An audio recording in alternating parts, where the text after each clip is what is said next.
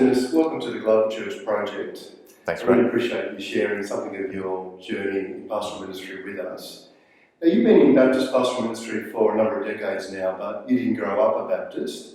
So can you tell me something about your journey to faith and then into Baptist pastoral ministry?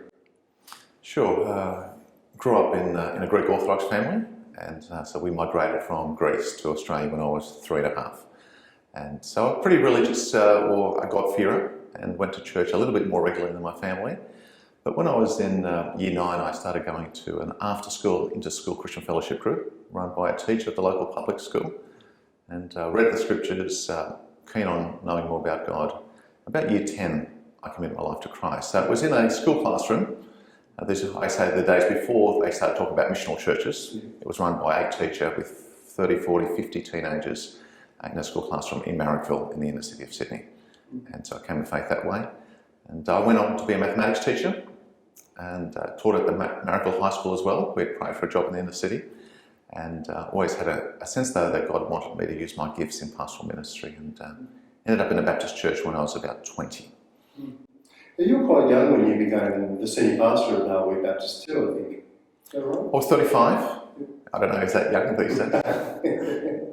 Yeah, it was 4 years out of ministry, so that was quite a big jump, I think, to step up. The church was courageous enough, though, because the church had been in decline. It was courageous enough to employ a younger pastor, a couple of young kids, hoping maybe to revitalise and to reach out to families and to start rebuilding again. It had been a church. We had been a church which was a large church, a lot of influence, but we're down to about 10 children in Sunday school when I arrived.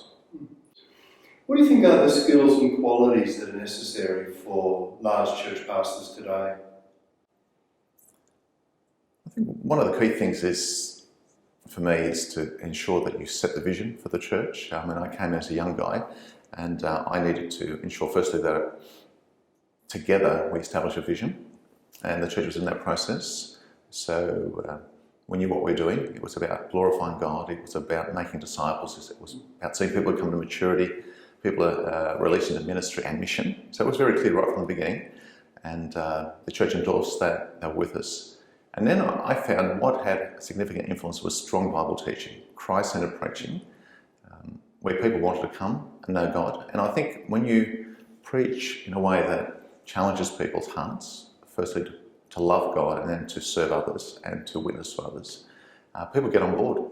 And so I think the vision, the strong leadership and preaching and working with leaders and releasing leaders. People were very gracious to me at the beginning, obviously. I'm learning the game. But I think my previous 4 years at a large church at Springwood with John Buckle, and I guess I made enough mistakes up there, but being an associate, watching how an experienced leader works with elders and deacons, and I think that prepared me for leading at Narwee and some of the challenges that came with that. I imagine in your role you spend a lot of time leading teams, pastoral teams and other kinds of teams. What are some of the challenges and opportunities faced when you lead teams in a church like this? Well, one of the great blessings is that we went from 2 staff now to about 6, and working in different areas. There's a joy in coming to the office. Some pastors go alone to an office alone. When you're in a team, there are people you interact with. We've just employed a couple of new guys, and they bring energy and strength and a passion for God. And I love spending time with them as well, and just sharing Christ and learning from them. And in all our time here, we've pretty much had a united team. People have not always agreed on everything. We've had some good debates, but people have been on the same page, heading in the same direction, and that's been a great blessing. And I try to spend time with the individual staff if I can, so they know I've got their back, they know I'm with them, they know I'm supporting them. I'm not talking about them behind their back, I'm not critiquing them to other people, but we're trying to support them. And we've had a great unity in the team, and that's the blessings. The difficulties is finding time with the individual teams. I feel like I don't spend enough time with my staff, and then not enough time with my Bible study leaders and my ministry leaders. And I'd like to spend more, but I had to realise that sometimes you've got to take a step back, input into a number of different people and trust them to input into the others. And And I think for pastors, when they go into a larger church, that's one of the things they've got to learn. They can't be in everything. People need to know that you're behind everything, supportive of everything. We have a youth pastor who's got a team of 30 youth leaders, great children's ministry leaders who have another 20 or 30 leaders. I know what they're doing is great. It's excellent, it's Christ-centred, it's making disciples. And my job is just to encourage them not to get involved and to annoy them or harass them. Ask the questions of what we're doing well, what we're not doing well. But yeah, one of my failings, I think, is not spending enough time individually with them. But one of the benefits is releasing them in to do the work without me controlling the strings. Yeah. I know you're a very passionate evangelist, and Narwee is a very multicultural area. What are some of the ways that you help create a culture of evangelism and a passion for evangelism in your church? I think a few things we do, Graham. Again, a lot of it starts from the pulpit, how we preach, the stories we tell. If we have gospel conversation, we share those stories in the sermons. We do sermons on evangelism. We do gospel sermons in church. We do training for people in evangelism. And so even last Sunday, we were speaking on glorifying God in the workplace. And one of the areas that we discussed was the importance of going as missionaries into the workplace. I was able to say to 200 people at night, 300 or 400 in the morning, that you are better evangelists than me. I said, you are the people, you are the salt and light who go into the workplaces full of non-Christians. You have greater opportunities than me. And I think just letting them know that, reminding them of that. Alongside some leadership evangelism training that we do, alongside outreach events that we do, men's, women's, families, I think that reminds people that we're called to make disciples. We've run some evangelistic courses, but in the last couple of years we haven't been able to get a lot of people to evangelistic courses. Yeah. And we've done an Alpha in the past, we've done Discovering Jesus, we've done Christianity Explained, but more of it is happening one-on-one at the moment. And so it's interesting how the Spirit of God blows. Yeah. Sometimes you've advertised and you've got 8 or 10 people who want to come, other times there's 1 or 2. And I think, in one sense, evangelism is getting harder. We've set up a Chinese ministry. We've had a great Chinese evangelist, and I think a lot of the evangelism happens around the gifted evangelists. And she was just evangelising people, meeting them, inviting them to Bible study groups, leading them to Christ. And 15 months ago, we decided to start a Mandarin service. And we've called a pastor, and we have a Sunday afternoon service with about 40 people, 3 Bible study groups. English classes were established a year and a half ago in order that we would reach the increasing Asian population. 1/3 of our population in this region is now from an Asian background. And so selling that to the church, reminding them of the fact that our community has changed. We're not just reaching families from one culture, we're not just reaching youth from one culture, but we're reaching a whole new demographic. So I think because we're doing those things, because we're planning a Chinese church, because we're doing a carols event, because we're running outreach events, it keeps the importance of evangelism a temperature high, I think, in our church. But still not high enough. And I'm still challenging myself, who are the people I'm going to share the gospel with? Where are the relationships I'm going to make with others? Yeah. And I must say, the older I get, I'm finding it harder, personally. It's easier to administer and oversee things. I was probably more passionate and had more opportunities in my 30s and 40s. So I have to keep rethinking and challenging others to rethink, okay, what are new ways in which you can connect with people to share Christ? And so in about 2 weeks' time, I'm meeting with my key leaders to explore that. What's our next step in evangelism and mission? So it's a work in progress. Yeah, often in pastoral ministry or other forms of ministry, we get so busy doing things that are related to the church or the ministry that we don't find opportunities to connect with people in our society, in our neighbourhood. Have you been able to find ways to make some connections through sports, or what ways are you seeking to stay connected evangelistically or just relationally in your area? For me, because I've got 3 daughters who are all into sport, and so for many years it's been the parents you meet at swimming championships, a swimming club, or at netball clubs, or now a softball club, which is my youngest daughter who's still playing sport. So And so you go away for a weekend at championships, state championships, you have a chance to talk to people. And so that's been a lot of mine. It's been via the kids and the families networks. And I now try to explore the best way to do that in my 50s, when I don't have those networks. You don't have the school networks. And so I don't have a specific thing I'm doing at the moment, but just keeping my eyes open to see the people that God brings into my path.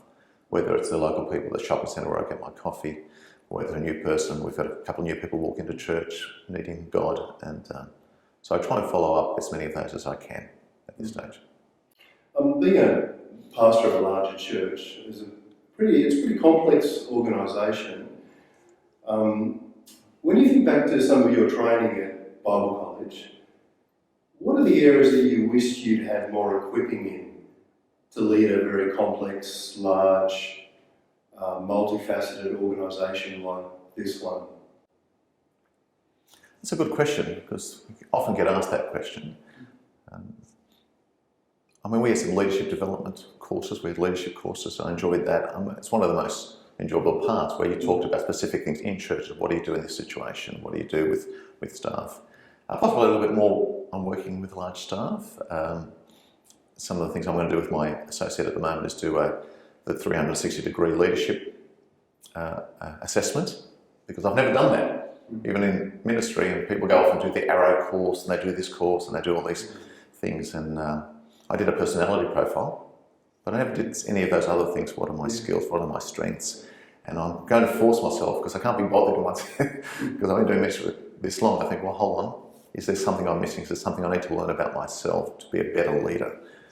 So I'm not sure if college is doing those things these days. They probably are. Because I think the college has developed, at least I know at Morling College, significantly since that time. We had 5, 6 staff. It's a lot larger. And I think I'm doing a lot more in ministry development, but also a lot stronger in preaching, I think, than when I was there. But I think most of the things I learned by being in a large church, watching it work. I'm a pretty organised guy. So in one sense, our system is not that complicated. There's a pastoral team, they have workers under them, we have a diaconate, we have ministry leaders, as well as home group leaders. So in one sense, it's not that complicated. What I want to know is meet the guys at Crossway and New Hope and the other churches with a few thousand people that I'll be doing in a few weeks, to see how does it work in their context. Because how do we go to the next level? How do we go from 700 on a Sunday to 1,000 or 2,000 that we haven't been able to break the barrier in New South Wales, for example? I'm not quite sure we have the answers to that. I'm not sure it's about structure. I'm not quite sure what it is. So there's a meeting of large church pastors to kind of chew the fat about moving forward and growing. Oh, there is. Carl Fays and organised a few guys a number of years ago, 5, 6, 7 years ago now, in New South Wales, and people have 400 to 500 plus people in their congregations. Because we realised that I could go to pastors' networks and we talk to guys who have issues about their 50-member congregations, and they're different issues to what we were dealing with. So that was a great help, just to hear their stories, to see what they're doing. I picked up a lot of ideas and thoughts. And now there's a national network. The next conference is in Brisbane in a couple of months, and I've just booked in for that. I'm forcing myself to go because just by being around other gifted pastors leading larger congregations, you can pick things up and see this building we're sitting in right now, and the plans of how do you sell a vision of building and extending. I was at a church in Adelaide, and Clover Crest, I think. Clover Crest, yeah. And they were going through a building program. So I stole all their plans and all their publicity about how do you promote a building campaign. And so I brought that back, and we used some of their resources, some of their ideas to help promote the building campaign in our church.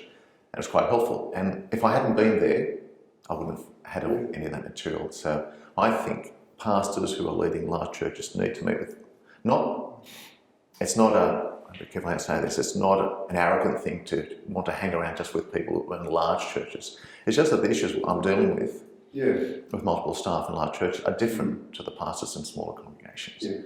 And it's been a great help. And the meeting you're going to that's coming up soon is with pastors at even larger churches to think through what it means to grow to 1,000 and beyond. That's right, and they'll be from Melbourne, I'm in Victoria, Adelaide, South Australia, Western Australia, Queensland, and some of them are really leading churches much larger than that. And it's a peer learning thing as well, so we don't bring in experts from America or somewhere else to tell us, but we're hearing the stories of various pastors. The last one I went to in Adelaide, one of the sessions was simply a forum. What are we doing in evangelism? People sharing what they were doing and we all admitted it's tough work, and evangelism is getting tougher in Australia. And so we explored that. What do you think is the mission of the church, and how should local churches pursue that mission? Ultimately, it comes back to the glory of God. We're committed to see men and women bring glory to God by how they live and how they respond. Firstly, by trusting in Him, and then by following Him. And so, in our church, we say we exist to magnify God, or to glorify God, and we do a number of things to make that happen. And we talk about the 5 M's. Number 1, we want people to come into membership of Christ Church. We want to see people come to faith in Jesus and enter His community. We want them to grow to a Christ-like maturity. And so all of their lives, they don't just come to faith, but they're growing to become like Jesus in their character and their values and their goals. That they are then going to be engaged in ministry, that every believer has a place. And so we talk to them about finding a ministry. We do a SHAPE course to help them discover their gifts. And we talk to them about being involved in mission locally and globally. And so for us, that's the mission, is to see people come into membership, maturity, involved in ministry and mission, so God is glorified, so God is exalted, and people see how great He is. And that helps us in thinking about those 5 M's to focus and not to be distracted from the main game. Because if we're doing membership well and we're doing maturity well, the sign of that is that we're doing ministry and we're doing mission, and people coming into the kingdom, and people throughout the nations are seeing that God is good. You talked about peer learning and peer support in ministry. What are ways that denominations and colleges can support pastors today? For me, one of the greatest things was, continuing to offer programs beyond college. I've been involved in the preaching conference myself at Morling College, because we think bringing in high-profile speakers where I can sit under a good preachers for a couple of days just to rethink, to get ideas and be stimulated. I think that's helpful. Some of the leadership development people I think Morling has brought in over the years. I think we need to be stretched. And I say to pastors, you need to get out of your local setting. You need to go to some other conferences. You need to be with other people. And some pastors I'm aware just spend their time doing ministry. I think I can't go to training, but I get some of my best motivation and inspiration by being with others. Sometimes one idea comes back. So I think with colleges, like Morling and the denomination, I know they're running a variety of training and equipping courses and facilitating other programs like that. I think for me that's a great thing. I'm not trying to do much more than that. I'm aware that for younger leaders coming out, I've just spoken to my new associate, Brett, about the Arrow Leadership Program. He's got no idea what that is, but I just want to let him know about that, because mixing with 20 or 30 other key young emerging leaders, thinking through gifts and abilities and strengths and weaknesses would be a great thing for him. So you'll look at that next couple of years. And so I don't think there are a lot of programs like Arrow, and that was a unique program established. And I never had a chance to be part of that, although I was invited to join it much later on, but I opted not to join it at that stage. But I think with programs like Arrow, the courses the college is offering, and I think now the denomination is offering as well, I think they're helpful.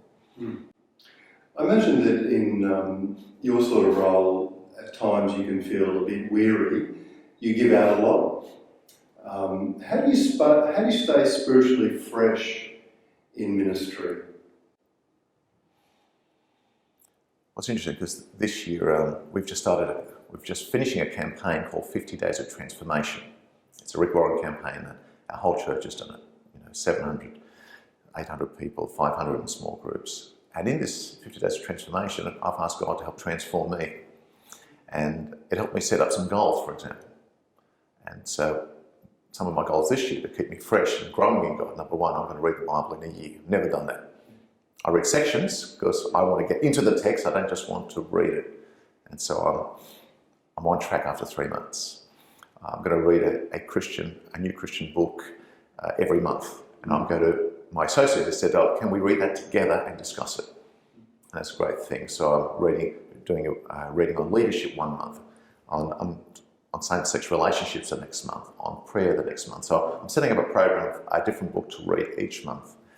I said and I shared it with the church last weekend. I said one of my other goals is to hang around smart and interesting people. So I said to them, I won't see you guys for a month. I got the right response from them. And that's one of the reasons I'm going to that senior pastors conference in Brisbane. I said I need to be around other people who may stimulate my thinking. One of the other areas is I want to build relationships with people, I said, and ask questions of them. Don't talk about myself. Just show genuine interest in people and grow. There's some of the spiritual things in prayer, reading, learning, growing. I also take my day off. Pastors work long hours, day, night. I've been doing this long enough. I'm happy to alter my hours here and there. But most Wednesdays, I do some cleaning in the morning in my house. My wife works full time, put the washing on the line, and then I'll drive to a beach. Normally away from where people run into me. When you're a pastor, you've been around for a while, whether I go to Brighton Sands or Cronulla, or I'm going to run into someone I know. So last week I went to Coogee Beach. I haven't run into anyone I know out there, where I can just walk and have a coffee and just de-stress, come back, continue life. I run a Bible study on my day off. That doesn't worry me, but I have those 6 or 7 hours where I try and spend it away to be refreshed. I exercise. One of my goals was exercising four times a week, 30 minutes to an hour. And when I'm walking, I'm praying. When I'm walking, God's given me ideas about sermons and illustrations, and I write my best Good Friday and Easter Sunday talks and Christmas talks while I'm walking and praying and thinking. So I have some of those structures in my life, and this 50 days of transformation has encouraged me to set some specific goals for this year, and that's one of the things I'm doing, as well as going to preaching conferences and pastors' conferences, going to the men's convention. I go with the men just so I'm hearing from others. It's important that I hear from others. Now you've got 3 daughters, I think. I do. Yeah. So do you, I think. Yeah, that's right. that's how I knew. How do you look after your family life as a pastor? I was going to say I don't have to look after them anymore. They're getting older. Well, I've always worked hard to be, when the children were younger, being home at the right time, being home at that 5 o'clock, helping feeding the children, bathing the children. And I remember when I was at Springwood and we had 2 young children under 4. I'd come home, my wife had pretty much cooked. I'd then look after the kids for a couple of hours and she would go for a walk. And that led to a big fitness thing for her again after being stuck with young children all day by yourself. And so I made an effort to be around. I love my children. I'm not the type of person who loves my work more than my family. And I love God, I love my family, I love being with my daughters. It's not like, I have to be with them. I've loved, because they've played sport again, that's given me time off. And so recently I was in Lismore, my daughter was playing at the CHS Softball Championships. I had to take a week's holiday and driving up with my daughter, chatting along the way, having lunch, dinner. So we make time for those things. And my daughters are 22, 20 and 15 now. And I must say it's been a joy seeing them grow. They all trust in Jesus by the grace of God. They're all involved in ministry. There are 3 of them. And one is even going to another church now and serving as a leader there. And my 15-year-old is one of our kids club leaders. For me, what a joy that they are loving Jesus, they're loving coming to church, they're investing their lives in mission. My older 2 daughters are about to go to Bali this week, serve on a 10-day mission with our church. And I think part of that has been, I've been there for them. Their friends call me Ange, even though some other people call me Pastor. And the young kids call me Ange. The 11 and 12-year-olds, I try and make myself available to their friends and the new generation of kids. So the pastor's not some old bloke who they don't know, but I'm Ange. Play football with them, play cricket with them, have a game with them, and be very present in their lives. And so at the pastor's recently young adults event where my daughters are in that age group, Nathan, my former associate who's moved to Orange, we organised a 3v3 basketball comp against the young adults. So my youth pastor, Luke, Nathan, myself, we were down here and we're just thrashing those young adults in the basketball. And I think being there, being with them, spending time with them, helping them do their homework, study for their exams. That's been very important. Is there anything else that you'd like to share with us today? I'm happy to say that I think the Church of Jesus Christ is one of the best places to serve. I was wondering where I would go after teaching mathematics. I love teaching maths as well, and I had a great 7 years of doing evangelism through a school setting. But to be in a church and to be able to influence and motivate other people to be passionate for Christ, I don't think there's a better place. People said to me beforehand, when I was being interviewed for ordination, in light of the things I was doing for God beforehand, youth leaders, ICF work, camps, conferences and so on, they said to me, in light of all the opportunities you have doing evangelism and mission, why would you want to be a pastor? Now, you can read that question one of two ways. That says to me that some people think pastoral ministry is a little bit boring, not interesting, that you're having more opportunities for evangelism there. And I said to them, but wouldn't it be good if I could go into a church and preach and teach and model and inspire and encourage in such a way so that we have 700 people living like that for Jesus every day. And that's why I went to pastoral ministry rather than just staying and doing my own little ministry. And to see people step up in the ministry, to see our children. I've been here for 18 years. I've seen the children grow up into youth, into now young adult leaders, now having families, still loving God and seeing the next generation come through. I've seen kids go from the night service to the morning, get married, move to the morning service, have their children now back to the night service and have done the whole cycle and still loving and trusting in Jesus. And we've seen people go out to the mission field. Most of our missionaries we support have left our church to pastor churches, go to the mission field. We can't support any other outsiders because God is raising up people from here. We've got a young woman about to go to Burkina Faso via France, learning language for 12 months. Well, that does something for you, Greg. Just to see this young woman who is a social worker and she's been there seeing street kids who are being abused and wants to go and serve them and love them and share Christ with them. To see Milad in Lebanon who left this church, now church planting. I was able to visit last year and to meet the new believers, to see the new church. I've been to Bali to see some of our workers pioneering work in evangelism amongst Christian surfers, and our team will be there to visit those places and to see that people have gone from this place because they've been captured by the glory of God. They've been captured by the wonderful message of the Saviour. Christ died for us and rose again, that we live in light of eternity. See men and women inspired by that message and willing to make a difference. There's no place I'd rather be. And I say to pastors, have a big picture.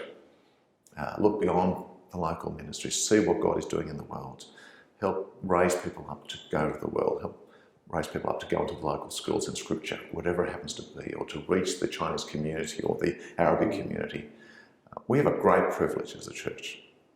It doesn't have to be dull and depressing. Some churches are like that, and some people are burnt out, some people are hurting because of that. But I'm just saying it doesn't have to be like that. Network, get together with other people.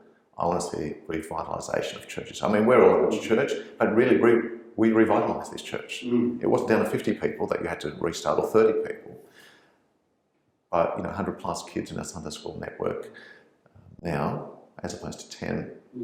Every generation is now represented in the church. The big question for us is, God, how do we reach more? Who else do you want us to reach? Yeah. How do we do it better? And I think the biggest challenge for us is to do evangelism in this age where people are just so happy, just seeking pleasure, seeking money. I think Mark Driscoll was right. He said Sydney is a good enough heaven for most people. Sydney is a good enough heaven for most people because of the beauty and the safety we normally have in this country. To get them to see that God is glorious, that Jesus is a great saviour, and to embrace him rather than simply saying, oh, I'm Catholic, I'm Orthodox, I'm Anglican, to come to truly know Christ. It's going to take a powerful work of the Spirit of God and a witness of God's people. So we're at it. sometimes frustrated, sometimes think, Lord, please move faster. God, help me to be able to be more courageous. But it's a good place to be. And I just say to people, if you want to get into pastoral ministry, great opportunities. Thanks. Well, thank you for sharing your love for Jesus, for the church, and for your family here at the Global Church Project. Thanks, Ray. Thanks. The Global Church Project is located at www.theglobalchurchproject.com. On our website, you'll find a wide range of interviews and resources for colleges, universities, and churches. I look forward to your company next time. From me, goodbye.